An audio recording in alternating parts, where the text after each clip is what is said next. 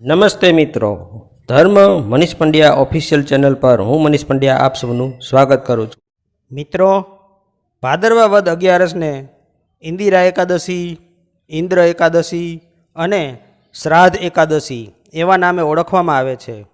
ભગવાન શ્રી કૃષ્ણએ યુધિષ્ઠિરને આ ભાદરવા વદ 11 એટલે કે ઇન્દિરા એકાદશીનું શું મહત્ત્વ છે, શું મહિમા છે તે સમજાવતા કહ્યું, હે યુધિષ્ઠિર, ભાદરવા વદ 11ને ઇન્દિરા એકાદશી કહેવામાં આવે છે.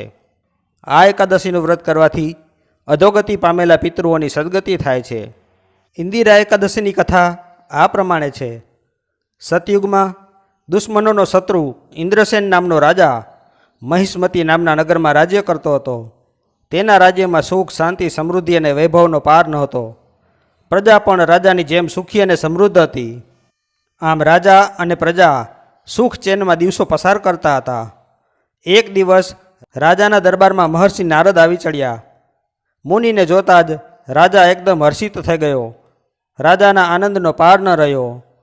નારદ મુનિની સેવા પૂજા કરીને તેમને અહીંયા પધારવાનું પ્રયોજન પૂછ્યું. ત્યારે નારદજી બોલ્યા, હે રાજન, હું બ્રહ્મપુરીમાંથી ફરતો ફરતો યમપુરીમાં ગયો હતો. ત્યાં યમરાજાએ મારું ભાવભીનું સ્વાગત કરીને મારું પૂજન અર્ચન કર્યું. પછી હું યમપુરીના જીવોના કલ્યાણ માટે યમલોકમાં ઘૂમવા લાગ્યો.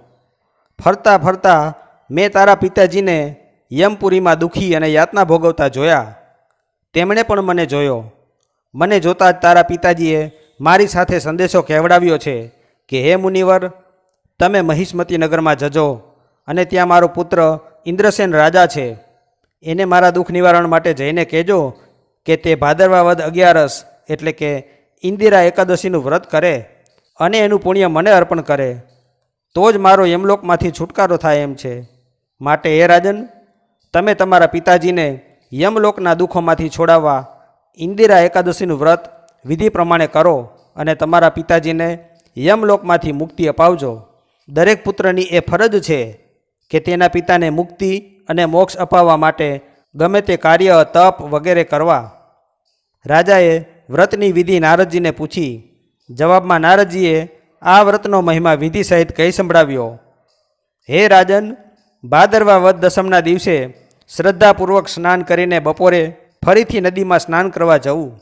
પછી ભગવાનને પ્રાર્થના કરવી અને સંકલ્પ કરવો કે હે પ્રભુ, આજે હું ભક્તિ અને શ્રદ્ધા સહિત ઉપવાસ કરીશ.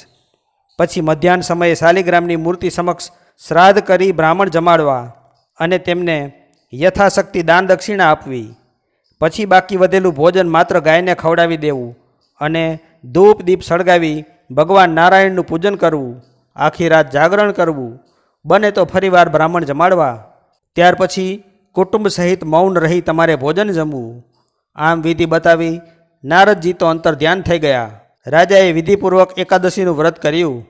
તેના પ્રભાવ અને પ્રતાપથી રાજાનો પિતા યમલોકમાંથી મુક્ત થઈને સ્વર્ગલોકમાં ગયો. યમલોકની ઉપાધિથી પોતાને મુક્ત કરાવ્યો. તેથી તેના પિતાએ રાજાને આકાશમાંથી આશીર્વાદ આપ્યા કે હે પુત્ર, તારું સદાય કલ્યાણ થાઓ અને તને વૈકુંઠ લોક પ્રાપ્ત થાઓ. તો મિત્રો, જો આપને આવા વિડીયો પસંદ હોય, આપને આવી ધાર્મિક વાર્તાઓ, પ્રસંગો સાંભળવા ગમતા હોય તો આ ચેનલને લાઇક, શેર અને સબસ્ક્રાઈબ કરજો. ધન્યવાદ.